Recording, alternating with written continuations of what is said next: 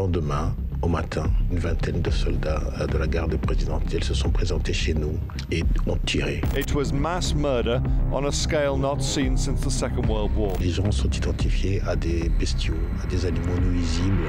Kigali, la capitale du Rwanda, sombre dans la guerre civile. Ils ont vraiment fusillé l'essentiel de notre famille. Nous étions une famille de 10 enfants. Un seul mot pour qualifier la situation au Rwanda, l'apocalypse. Il y a 30 ans, le génocide au Rwanda a fait 1 million de victimes en seulement 3 mois, soit environ 10 000 morts par jour. Un crime orchestré par les extrémistes Hutus qui étaient au pouvoir à l'époque contre la population et minorité Tutsi. À cette échelle, il ne convient plus de parler de guerre tribale, mais bien d'extermination de masse. Et voilà l'endroit où on va faire l'interview. À l'époque, Dorcy Rugamba n'avait que 25 ans et sa famille s'est faite tuer par des militaires Hutus de la garde présidentielle. C'est plus un livre sur la vie d'avant, la vie d'après, pour redonner vraiment de la vie aux victimes et qui ne soient plus identifiées uniquement par les conditions atroces de leur départ, quoi. Aujourd'hui, Dorcy Rugamba est comédien, auteur et metteur en scène. Il vient de sortir un livre magnifique et très émouvant qui s'appelle Awa Rwanda, Lettre aux absents. Et il a accepté de revenir avec moi sur le traumatisme qu'il a vécu le matin du 7 avril 1994, le jour où il a perdu 8 membres de sa famille en quelques minutes. Bonjour Dorcy Rugamba, merci d'avoir accepté cette interview. Je voulais commencer par vous demander, est-ce que ça vous dérange de revenir sur ce qui s'est passé le 7 avril 1994 pour votre famille, et après justement on prendra le temps de raconter un peu qui ils étaient? Non, ça ne me dérange pas, c'est une des raisons pour lesquelles j'ai écrit ce livre. Je l'ai écrit aussi pour pouvoir partager cette histoire aux vivants, à ceux qui ne l'ont pas connue, et parmi les vivants, je pense à mes propres enfants, à qui je dois une part de vérité. Le 6 avril, moi, j'étais dans la seconde ville du pays, à Butare. Et j'aurais dû rentrer à Kigali, parce que nous habitions à Kigali. Sauf que mon père m'a décommandé de voyager la nuit, en me disant « Non, c'est mieux que tu restes à Butare, que tu dormes là-bas et tu reviendras demain le lendemain. » Et le lendemain, au matin, un bataillon, je ne sais pas comment on décrit, une vingtaine de soldats de la garde présidentielle se sont présentés chez nous et ont tiré, vraiment fusillé l'essentiel de notre famille. Nous étions une famille de 10 enfants. Et sur les 10, nous avons survécu à 4. Vous, donc, vous n'êtes pas là. Non. Qu'est-ce qui se passe à ce moment-là pour vous quand vous apprenez qu'une partie de votre famille a été massacrée? Je me trouvais à Butare, comme je l'ai dit, et donc Butare se trouve pas très loin de la frontière burundaise. Et donc la première chose qu'on a cherché, c'est comment quitter le pays, se mettre à l'abri. J'ai un frère qui était dans la maison de mes parents, qui était blessé. La première chose qu'on a cherché vraiment, c'est comment le sortir de là. Une fois qu'il est sorti, nous-mêmes, on a essayé de sortir du pays et d'échapper. Et comment justement vous avez réussi à récupérer votre frère? Il y a un ami de la famille qui a réussi à aller et le prendre et qui lui-même quittera le pays avec lui. Et donc on se retrouvera au Burundi plus tard. Elle ressemblait à quoi la route jusqu'au Burundi? Il y avait beaucoup de gens ou c'était encore le début, donc tout le monde ne prenait pas la mesure de ce qui était en train de se passer? Non, en fait, c'était une situation au tout début où beaucoup de gens pensaient que ça n'arrivera pas à Butare. Parce que ce n'était pas un bastion de l'opposition et le génocide y est arrivé beaucoup plus tard. Et par contre, quand les gens de Butare vont commencer à vouloir sortir, ce sera trop tard, tout simplement. La machine s'était refermée sur eux. Il y a eu beaucoup de massacres aussi à Butare. Peut-être la ville où il y a eu le plus de massacres, je pense, en termes de ratio. D'accord. Et ça, vous vous rappelez à quel moment ça s'est déroulé? Peu de temps après votre départ ou... Oui, juste pratiquement après notre départ. Je crois que vraiment les premiers morts à Butare, c'est le 19. Nous, on est partis le 12. Et après, il y a beaucoup de miliciens qui sont descendus. Il y a eu un bouclage du territoire. Et ce sera beaucoup plus difficile pour les gens de sortir de cette ville après. Et donc après, qu'est-ce qui se passe? Vous êtes au Burundi vous avez pu retrouver votre frère au Burundi? J'ai pu retrouver mon frère au Burundi et de là, nous sommes partis assez tôt finalement. Nous sommes arrivés à Paris le 19 avril et l'essentiel du génocide, en fait, on l'a vécu à distance à travers la télévision, comme les gens d'ici en général. Ces habits que vous voyez ici devant sont des habits qui ont été arrachés des gens qui sont morts à l'intérieur de ces murs. C'était le 15 avril. Les gens ont cru qu'en se réfugiant dans la paroisse, ils seraient épargnés. Ils étaient plusieurs centaines. Les tueurs n'ont pas eu d'état d'âme. Ça a duré une semaine. À la grenade et au fusil pour commencer, à la machette pour achever. Comment vous l'avez vécu, ça, de voir ça pendant des mois à la télévision, ce qui se passait dans votre pays? Avec un choc, évidemment. Je découvrais mon pays et puis avec beaucoup d'inquiétude. Pendant une période, on ne savait pas vraiment ce qu'était devenu une bonne partie des gens. C'est beaucoup plus tard qu'on saura que tel est en vie, que tel autre est mort. Donc c'était une période de sidération, en fait, en réalité. Dans le livre, vous parlez beaucoup de votre papa et de votre maman.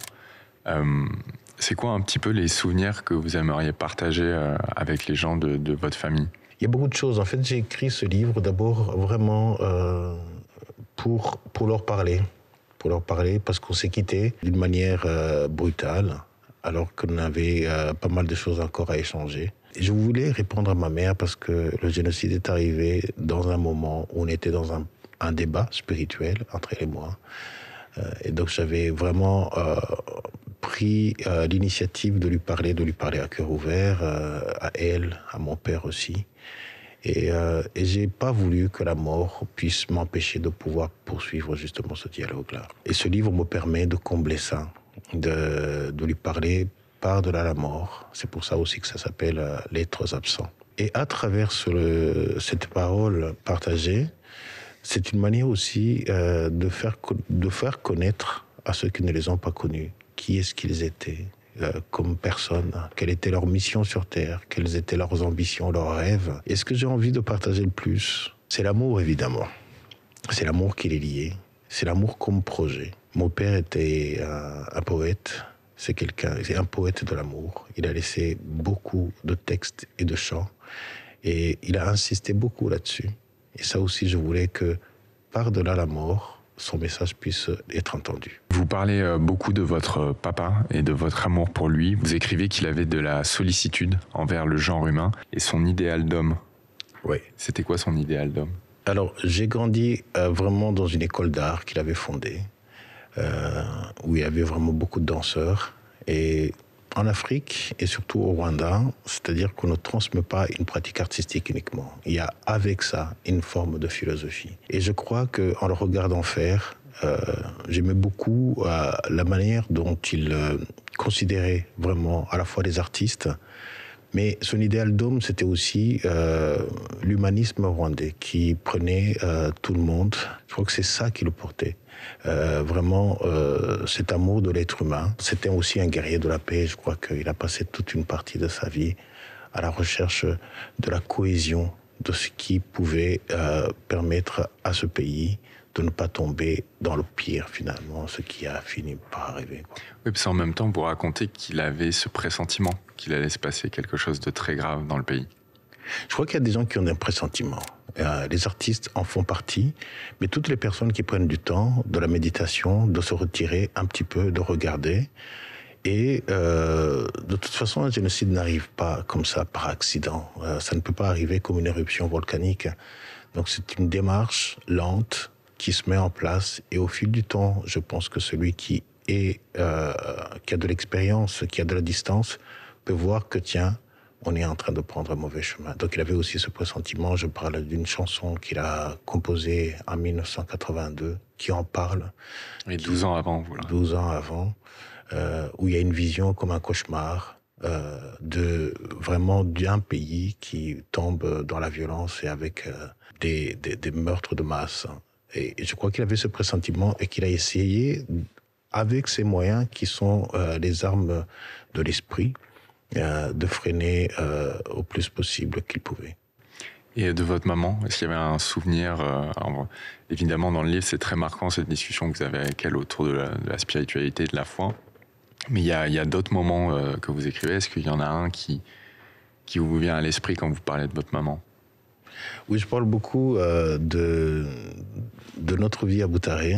Et je me rappelle justement, un des moments, c'était les excursions qu'elle préparait avec beaucoup de soin et qu'on jouait dans les prairies et qu'on jouait au frisbee ou qu'on jouait aux 100 mètres. Et tous ces moments heureux, vraiment qui me parlent de ma mère d'une manière beaucoup plus vivante. Je voulais partager ça à ma fille, à mes enfants, et de leur dire, tiens, voilà qui était votre mère. C'était une force juvénile et indomptable. Vous êtes retourné 2 ans après le génocide sur l'endroit où vous habitiez avec vos parents. Qu'est-ce que vous avez ressenti en retournant sur ce lieu? Je crois que c'est la première fois où j'ai pris la connaissance et le constat réellement de ce qui s'était passé, qui va au-delà de la mort, en fait, en réalité. Parce que j'arrive chez moi, la maison est toujours là, sauf que il n'y a plus de vie, mais il n'y a même plus de traces de vie. Parce qu'après les tueurs, les pillards sont arrivés, ils avaient totalement nettoyé la maison. La seule chose qui restait, c'était les livres. Donc ils ont éparpillé les livres, ça ne les intéressait pas. Et je me suis rendu compte que, tiens, cette vie d'une famille de 10 enfants dense, s'était totalement évanouie. Et nos voisins immédiats, eux, la famille avait totalement été exterminée, il n'y avait même pas un survivant. Vous écrivez dans votre livre « Nos foyers d'hier, chauds, peuplés, remplis de rires et de jeux, quelle misère de les revoir muets, mangés par la solitude. » Je compare ça, comme je suis acteur aussi, à retourner dans un décor et de se rendre compte qu'il est dévitalisé, que la pièce n'est plus là. Une maison, c'est un lieu de vie. Normalement, il y a des bruits qui sont associés à cette maison. Il y a des odeurs qui sont associées à cette maison. Il y a toute une part de la vie qui manque et on se trouve dans une situation où on est soi-même, en fait, un intrus dans la place parce que une part de soi, c'est un membre fantôme, en fait. Il manque toute une partie, tout le reste manque.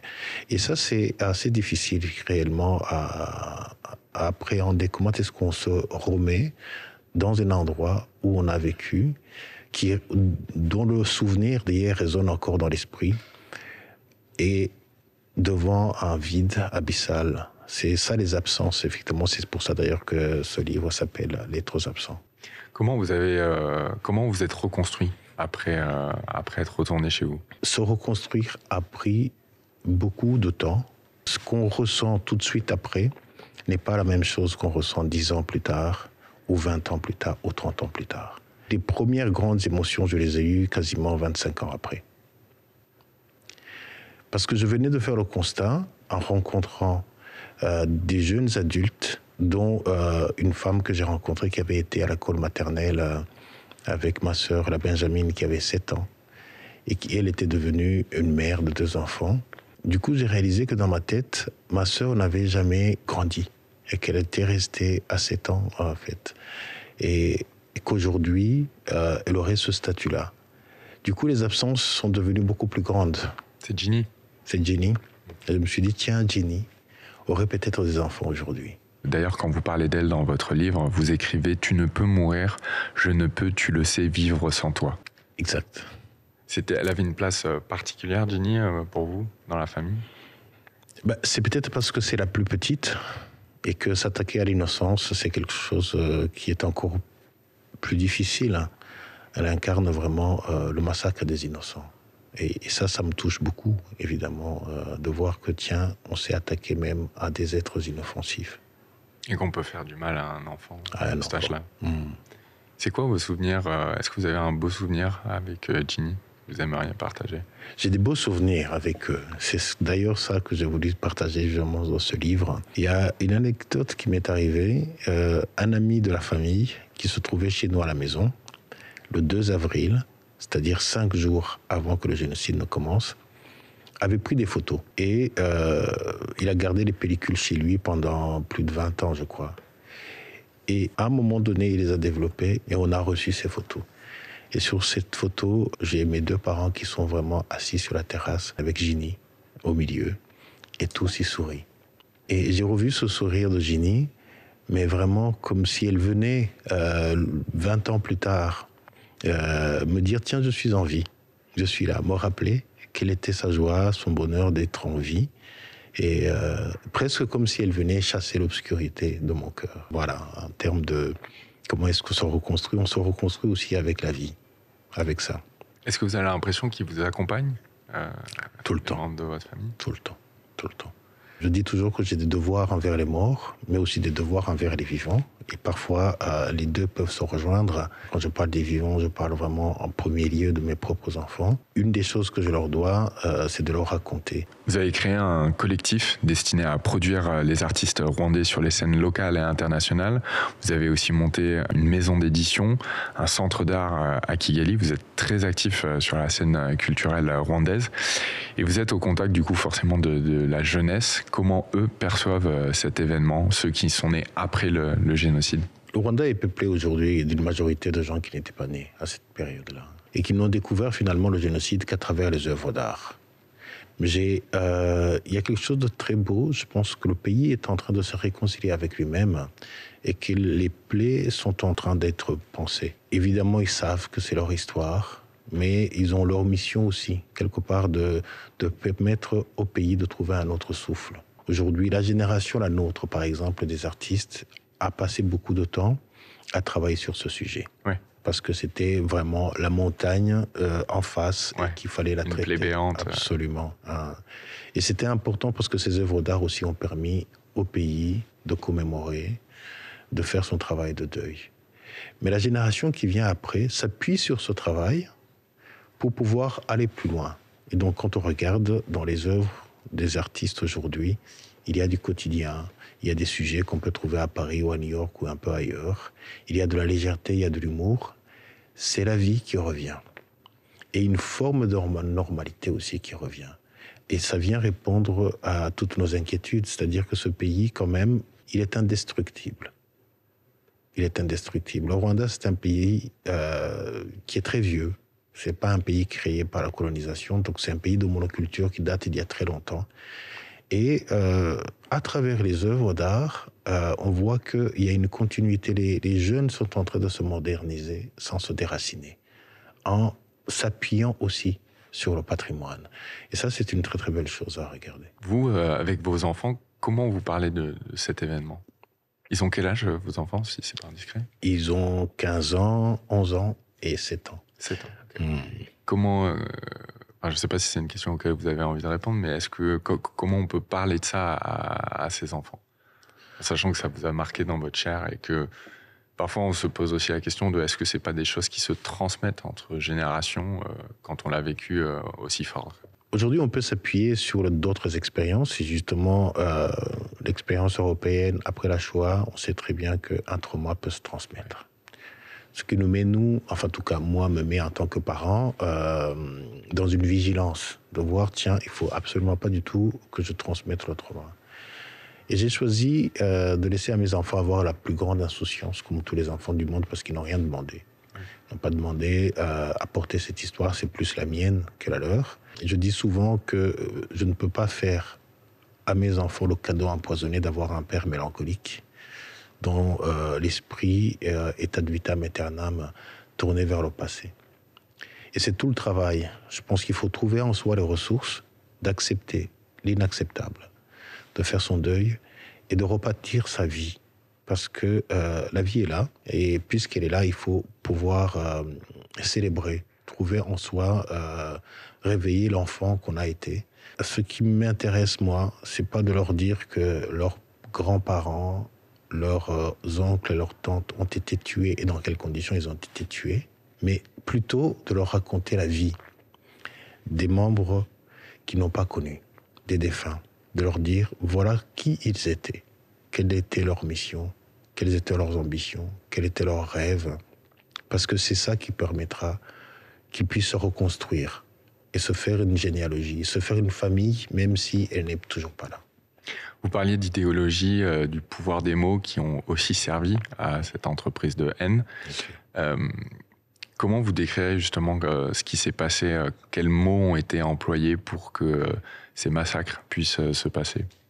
Il y a eu, par exemple, un procès à Arusha sur les médias de la haine. Et une radio qui est devenue célèbre, qui était la radio-télévision d'Émile Colline. Réjouissons-nous, les cafards ont été exterminés.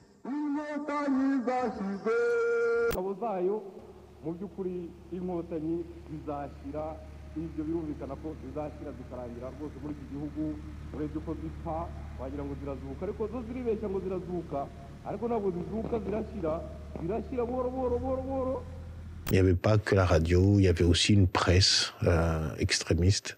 Ce serait très difficile de sortir un seul mot parce qu'il y en a beaucoup. Ouais. Mais ça parle, c'est toujours aussi par euphémisme. Par exemple, pour tuer, on va dire, on va travailler. Ouais. Ce qui permet d'enlever la charge du mot tuer pour le rendre travailler. C'est quelque chose qui peut être très beau, qui peut être quotidien. Et j'ai remarqué qu'il y a des constantes en général dans les événements comme cela. On présente toujours ce travail de tuer comme un acte d'hygiène. C'est pour ça que les gens sont identifiés à des bestiaux, à des animaux nuisibles, et comme s'il fallait purifier. Et je pense qu'à chaque fois qu'on annonce un monde pur, c'est un monde qui porte la mort en lui-même. Justement, le rôle qu'a eu cette radio, comment vous l'expliqueriez aujourd'hui aux gens qui ne connaissent pas forcément ce qui s'est passé au Rwanda? Est-ce que cette radio a eu un rôle absolument central dans tous ces massacres? Oui, cette radio a eu un rôle central, évidemment. Et d'ailleurs, il faudrait étudier, à mon avis, la manière dont cette radio a été pensée. On va prendre par exemple dans la Seconde Guerre mondiale, il y avait des idéologues qui allaient devant un micro. Ici, ils l'ont pris par une autre manière qui me paraît beaucoup plus terrible, c'est-à-dire de parler à la jeunesse. Et en parlant à la jeunesse, on a mis sur les ondes des présentateurs dont l'un est très connu, qui était très drôle, qui ne venait pas avec un discours hyper structuré, argumenté, mais qui prenait les choses plutôt par l'humour. Mais à travers l'humour, à travers un propos beaucoup plus léger, mais qui laissait infuser l'idée justement de déresponsabilité, d'embrigader carrément toute une jeunesse désœuvrée pour en faire des miliciens de la chair à canon. Et cette radio a eu un impact très très fort parce que le Rwanda, c'est un pays où la radio a une pénétration incroyable. Oui. Tout le monde, il y a une radio au moins dans chaque maison. La radio a une beaucoup plus grande audience que ne l'a ni les journaux, ni tout autre média. Vous écrivez aussi que ces massacres se sont commis dans une sorte de grand calme. Vous parliez de travailler, c'est comme si on allait au travail et qu'on allait massacrer des gens. Mais je crois même que c'est ça qui détermine ce que c'est vraiment un génocide, c'est-à-dire que c'est pas une jacquerie ou une explosion de violence ou quelque chose qui est... Il y a des responsables qui sont derrière et qui organisent. Et c'est pour ça que ça s'est fait d'une manière assez structurée. Et quand on regarde ce génocide, en si peu de temps, un nombre incroyable de gens sont morts. Pour arriver à un tel résultat, il faut vraiment une organisation. C'est un crime qui est ordonné par un État. C'est un État qui se criminalise et qui met les moyens de l'État à tenter à la vie d'une partie de sa population.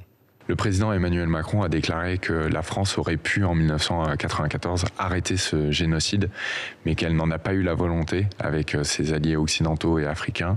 Qu'est-ce que ça vous fait d'entendre cette déclaration? C'est un premier pas, un nécessaire, parce qu'on a tous besoin de la vérité. Il faut aller plus loin, accompagner d'actes, ouvrir les archives, permettre aux historiens de pouvoir travailler, et puis... d'enquêter. Qu'est-ce qui s'est passé? Est-ce que c'est un aveuglement? Est-ce que c'est pour des raisons politiques ou géostratégiques que la vie des gens est passée en second plan? Avec la distance, 30 ans après, peut-être le moment est arrivé pour ouvrir sur cette page de l'histoire et de l'éclairer. Et je pense que ce qui est important, c'est aussi que ça serve pour la suite. Une telle situation pourrait se reproduire. Il faut qu'un événement comme celui-ci puisse créer une conscience commune qui protège les gens. Est-ce que vous pensez qu'on peut pardonner un tel déchaînement de violence de la part de l'être humain? Je crois que chacun compose avec lui-même, en son âme et conscience, comment il se reconstruit. Il y a des gens qui sont passés par le pardon.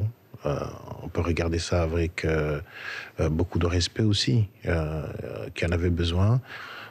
Moi, je n'en ferai pas nécessairement une obligation, parce que c'est une chose intime.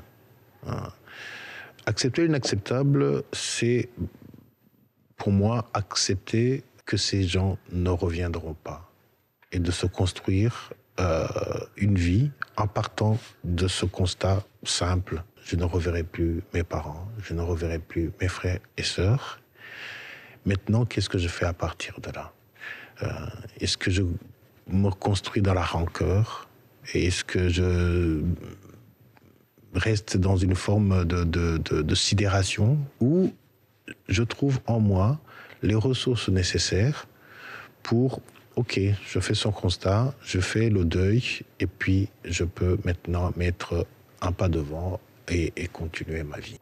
Qu'est-ce que vous aimeriez que les jeunes qui vont regarder cette vidéo retiennent de votre parole, de l'histoire qui vous est arrivée? La vie est précieuse et elle est sacrée. Il faut la protéger. Un événement comme celui-ci nous permet de regarder à la fois l'horreur, mais aussi la beauté du monde. Et qu'on ne peut pas se reconstruire dans la rancœur, je ne pense pas. Et qu'il est possible de démettre le cycle de la violence.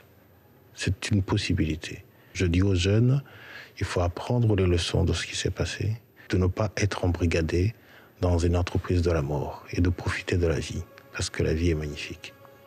Merci Dorcy Rougamba. Merci.